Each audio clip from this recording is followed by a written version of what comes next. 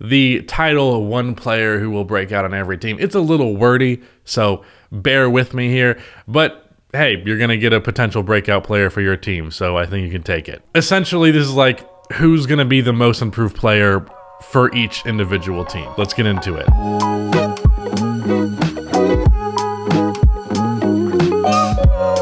Before I continue on with this video, if you end up enjoying this video, then please be sure to subscribe. Also drop a like on this video. It only takes 1 second and it makes a massive difference in how the video performs in the YouTube algorithm.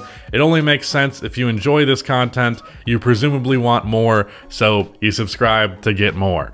But anyways, let's get into these players. Also worth noting, the degree to which I expect these players to break out varies. Some of these guys I think will be mildly better than last year, and some of these guys I think will make like borderline all-star level leaps. So just bear that in mind. Not every player is going to be created equal here. For the Celtics, I couldn't really pick a great example because pretty much all of these players are well established and their rotation is pretty damn solidified. So I guess I just go with Derek White, but maybe he has a good shooting season. That would be cool. For the Brooklyn Nets, I'm going to go with Cam Thomas. Amongst all the craziness that is going to happen with the Nets this season, though, again, we still don't know what that's going to look like because Kyrie and KD are still on the roster, technically. We don't know what's going to happen with Ben Simmons and all of that. Cam Thomas, if he gets enough opportunity, is going to prove himself to be what he is, which is an absolute fucking bucket. Now, if he's able to contribute to the game in any other way, you know, that's a question mark. But in terms of putting the ball in the basket, especially in an entertaining fashion, Cam Thomas is capable of doing that, and I feel like his name's going to become a lot more household this season. For the New York Knicks, I went with Quentin Grimes. Quentin is going to get more opportunity this year, although he might end up getting it on the Utah Jazz. We'll have to see about that. But he is somebody that his jump shot is so pure, and I just enjoy his game a lot. Weird comparison because it's actually another Knicks shooting guard. He reminds me of Allen Houston, which is a more niche player from the 90s and early 2000s, but somebody who I weirdly enjoy watching a lot. So yeah, I'm really high on Quentin Grimes. For the 76ers, and this was the all-star leap type of improvement I was referring to, I'm going with Tyrese Maxey. I have gushed about Tyrese Maxey a dozen times on this channel, so I'm not going to go too in-depth with it here, but Tyrese Maxey is fucking awesome. He's going to be one of the best slashers in basketball. His jump shot's not terrible, and his playmaking is improving, and alongside James Harden, he seemed to only get better when I thought he would get worse. So yeah, Tyrese Maxey, dude. For the Toronto Raptors, this choice was rather easy. It is Precious Achiuwa. Precious had a tale of two halves season last year, where the first half of the season, he was arguably the worst rotation player in basketball, and the second half, he was a pretty damn good role player. Pretty damn talented defensively, hit his threes comfortably the second half of the year, got better at finishing in the paint, creating off of the dribble.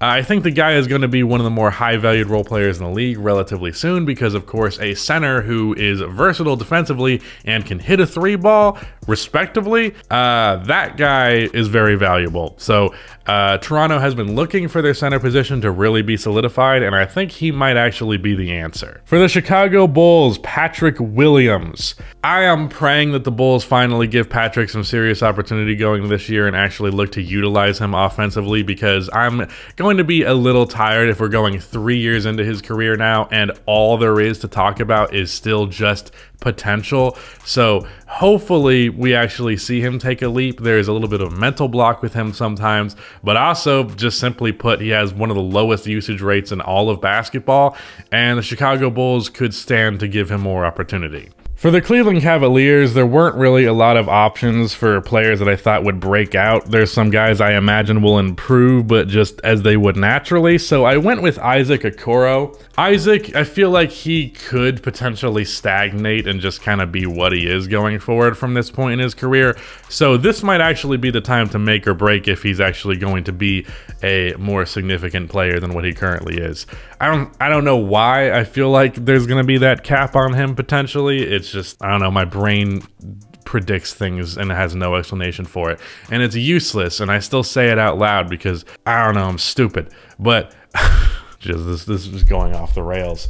I I don't know. I feel like there's potential that he just ends up being a pretty good defender with a whatever jump shot. But if his offensive game is really going to start expanding itself, I feel like now would be the time where he would showcase that. That's a better way of putting it. Good job of fucking it up before that. For the Detroit Pistons, I'm going to go with Marvin Bagley. Marvin looked pretty damn good alongside Cade Cunningham in the pick and roll, as you might expect, and I honestly feel as though one of the main reasons that they did not pursue DeAndre Ayton in free agency was because they had Marvin Bagley already. And while Marvin Bagley is obviously not as good as DeAndre Ayton, it's kind of the similar principle of he's the same type of player, but you don't have to pay him max money. So I could very well see Marvin averaging like 18 points per game next year, given the proper opportunity, and getting a nice two-man game going with Cade Cunningham. For the Indiana Pacers, this is one I'm actually really confident in. I'm going Aaron Nesmith. I don't think Aaron has gotten a fair shake at all this far in his career, and you can prove that through the numbers.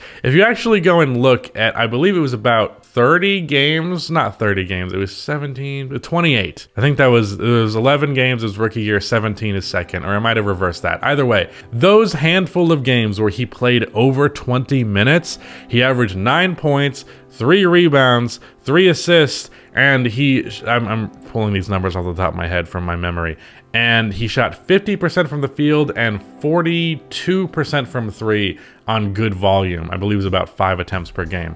So when he actually plays, he's the 3-and-D player that he was hyped up to be, but he's had the most inconsistent minutes of just about any young player in the league, and given those consistent minutes that I expect him to get with the Indiana Pacers, I think we'll see him be the 3-and-D player he was supposed to be, essentially.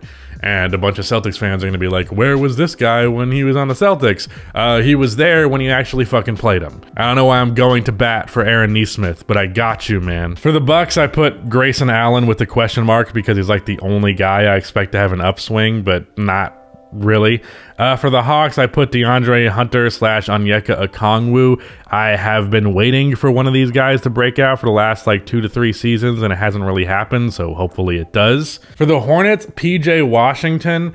I really feel like there's a world where PJ Washington is like an 18-point per game guy, but he both hasn't had the aggressiveness and hasn't had the opportunity. With Miles Bridges likely not returning to the Hornets, there could be some opportunity for him this year, especially if the Hornets want to continue to have a high pace. So I do think PJ could potentially have his breakout season this year, and I'm pretty sure he's up for contract extension, so now would be the right time to do it. For the Miami Heat, Tyler Hero. I went from completely hating on Tyler Hero to thinking he has a whole nother level to get to. I still think there's going to be concerns about how playable he is in the playoffs because of his defensive liability-ness. That's not a word. But at the very least, putting the ball in the basket, I think he's only going to get better, and his playmaking's not half bad. So I think he's going to be an all-star level guy, but potentially someone who actually, when the playoffs come around, isn't actually that valuable. For the Orlando Magic, I am going to go with Markelle Fultz. I mean, I'm not the first person to say this. It's almost become such a common thing to say that I don't even know if it's necessarily the consensus thing anymore, or not the consensus thing anymore. But, you know, don't give up on Markelle Fultz. There's still a lot of upside within that guy, and he's probably not going to quite live up to his #1 overall pick potential. But there's definitely a world where he is still a very damn good NBA player, is a large guard who's one of the best passers in the league, and a pretty damn good finisher, and a capable-ish mid-range shooter. If the jump shot even becomes decent, the guy is going to be a good starter at the very least. For the Washington Wizards, Rui Hachimura is someone that I believe could be a real scorer in the league given the right opportunity. As a large forward with pretty good handle, pretty good post game, a really good mid-range pull-up, and has shown promising signs of improving as a three-point shooter, I really think given the proper opportunity, Rui could like really score the ball.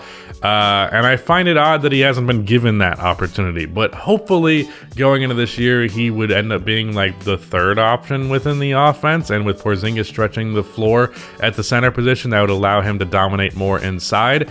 I really think Rui has a lot of upside that's not getting utilized in Washington. Moving on to the Western Conference, for the Denver Nuggets, the obvious choice here is Bones Highland. Me and Alex briefly talked about him in our Is This the Year for the Nuggets video. video, Bones is really good. And if you're not someone who's kept up with the Nuggets, like, he is one of the more exciting young players in the league. Very good shooter, really energetic. And when he's got it going, dude's got it going. For the Minnesota Timberwolves, Jaden McDaniels. What can I say about J-Mac that I haven't said already? I'm not even gonna bother with this one. I talk about Jaden McDaniels at every potential turn. For the OKC Thunder, Tre Mann. If you're not aware of who Tre Mann is, if there was any word to describe him, it would be bucket. The guy just has fantastic handle, a pretty respectable jump shot. The only concerns would be shot selection and efficiency, but at least in terms of being entertaining and putting up points, Tre Mann has the potential and then some. I'd say at the very least, he caps out at like a Jordan Clarkson type of player, but I could see him making his way all up to like a Bradley Beal type of player even. Also, in terms of creating space, without doing it illegally, Tre Mann has the best step back of all time. It doesn't go in at the percentage that you want it to justify a high volume of it, but if you actually look at how much space Tre Mann creates on one step back move, there's nobody that creates more space than that, dude. Hopefully Rudy can pull up some examples and footage. It's actually insane. For the Portland Trail Blazers, Anthony Simons. Anthony is actually my pick to win Most Improved Player. I don't remember if this video is going out before my second channel Most Improved Player video or not, or I think it's actually going out on the same day. In fact, I'm almost certain it is, so go watch that video after this one if you haven't yet over on my second channel, and go get my second channel over to 100K because we're just a little over 10,000 subscribers away from hitting that milestone. But separate from that, Anthony Simons is one of the best three-point shooters in the league. How good he played after Damian Lillard is something that I don't think is known as much as it should be around general NBA fan bases, and I think he's going to surprise a lot of people because the guy is basically already like Dame, but not nearly as good of a slasher. But at least from three, it's like a carbon copy. It's a small enough sample size that I'm not going to say that confidently, but the guy's a shooter. Let's just say that. For the Utah Jazz, I'm going to go with Malik Beasley. Malik is someone that I have believed in for a long time. Back all the way when he was on the Nuggets, I thought that given the proper opportunity, he could be a 20-point per game type of guy. His first season with the Minnesota Timberwolves after being traded there, he proved that to be exactly the case as he averaged 19 points per game on immaculate efficiency.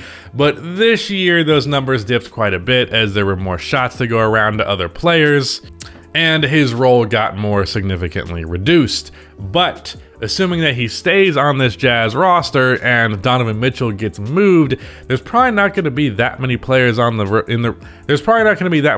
the rotation to actually take shots. So I imagine he jumps right back up to that around a 19 to 21 point per game range, where he is very comfortable as one of the league's best three-point shooters. For the Warriors, I have to go with Jonathan Kuminga. It's pretty clear he's going to have a more prevalent role within the rotation as they already experimented with that even in the playoffs, and they lost a big forward with Otto Porter, and they lost Gary Payton II. So there is going to be some more opportunity for him, and I think he's going to shine because Kuminga, the cum bucket, guy's fucking great. I realize I'm saying almost every time in this video, I'm just saying their name and they're like, yeah, he's good.